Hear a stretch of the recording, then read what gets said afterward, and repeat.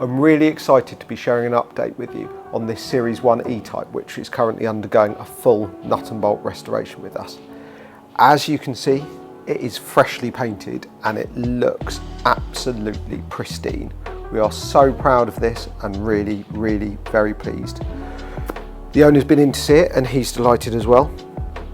Obviously, we're a fair way through the restoration of this car. It came into us as a running, driving car, though the owner knew he intended to restore it. I'll try and share some pictures now of what the car looked like before. We thought we were starting off with a pretty sound project car, but we were surprised when we stripped it right down to bare metal how poor it was. It is a testament to the fabrication work that went into this car that it now looks so good, and we really are very proud of it and proud of the work that went into it. I'll share some photos now of the car during the fabrication process.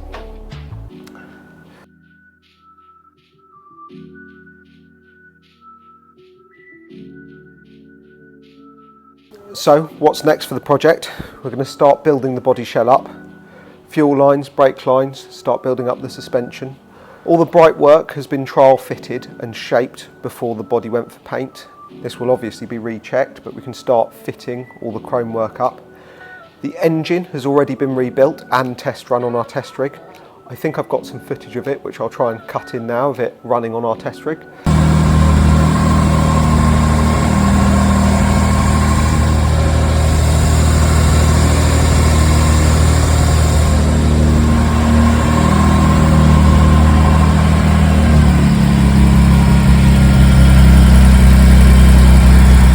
The rear axle's all rebuilt and ready to go. Suspension's all beautiful and ready to be fitted. Spec on this car is going to be incredible and I'm really excited about it.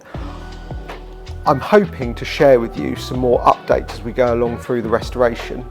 Please let us know in the comments if you'd be interested in seeing some ongoing updates of this restoration project, or if there are any particular elements you'd like to see.